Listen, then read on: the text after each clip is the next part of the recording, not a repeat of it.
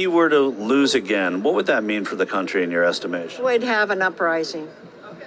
There's too many people that are ready to go now. When you say, what does that mean? Can you be specific? Civil war. Civil war. You think it'll be a civil war if Trump loses again? Oh, yes, I do. I know with people that I talk to, I'm a churchgoer, and I love God more than my life. But there are things that I do for God that I don't do for anybody else. And this is one thing I know, that God needs some help here. Now, I had somebody tell me that they would take a bullet for Donald Trump. I think I would too, because I'm not that young. If I was young, I'd never say that. But I would too. I mean, we don't want to lose your wisdom to that. But I don't know what it is about him. He's got that charisma, says it like it is, never backs down. He never says anything that he shouldn't. Why would 8 out of 10 white evangelicals for a third time, especially the third time, go along with lawlessness? And why did you have black evangelicals that want to take part of this lawlessness as well? Well, watch this video, and I want you to see where I'm going with this, because we are in a dangerous time and the devil's busy. Well, I hate to make a message like this, but I have to warn many of you out there. But once again, the devil has set a trap.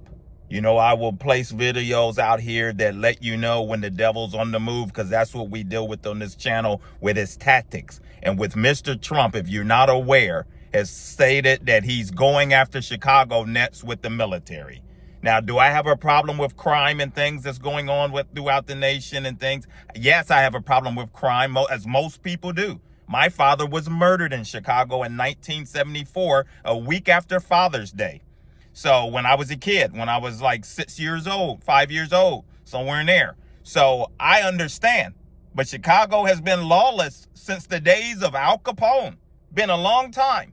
But all of the crime, when you look at the states with all of the crime, that most of the states are red states. Most of the states are red, and you don't see anything happening as far as talking about going there. It's all of these blue states. But what does it mean on a spiritual level? If you look at the overall picture, we've been talking about slavery, where how he's trying to minimize slavery and what has happened, and how a lot of people are trying to just look at slavery as no big deal. And you have him with this mindset that, you know, we got to attack everything of people of color. And if you notice, this attack is happening. And what's going to happen is, from what I'm seeing, I pray that this does not happen. But I'm seeing comments come from people. The people in Chicago stating, come on down here. Come on down. And you want to talk about war, that these folks are ready there, that it could be possible chaos, just like it was during the Floyd situation, George Floyd. I mean, it could be mass chaos. And this is what the administration wants. They want chaos so that they can declare some form of martial law, which was already, seems like we're in that right now. But this is what they want, to give an excuse to keep up with the racism and all of the things that is going on. And you're going to see a lot of people possibly hurt, a lot of people, but they'll have records and possibly being hurt with things that are happening with this event. So it's a trap set by the enemy, that because what he likes to do, kill, steal, and destroy, and to destroy people spiritually. And you want to talk about mess people up and cause division and chaos. He's all behind this. And as you can see, Christians are cheering this type of stuff on. As we talked about, they are cheering the hatefulness and all of these things that are going on within society right now. And we're not going to cheer it on. We're going to pray. We're going to pray that the enemy does not get the victory in these types of situations. Yes, we want crime and people to be dealt with, because I believe that some of the penalties, especially with teenagers, things needs to be a little more harsher, because we've got a major problem going on in our city with these car thefts and things, and they get to go right back home. I don't think they should be able to go right back home. I mean, we were talking about that at work. You know, as a kid, that was the last thing we were thinking of, was stealing cars. We watched movies of people hot wiring cars and things when we were younger. But these kids now, they're armed carjackings and everything. So that needs to be dealt with.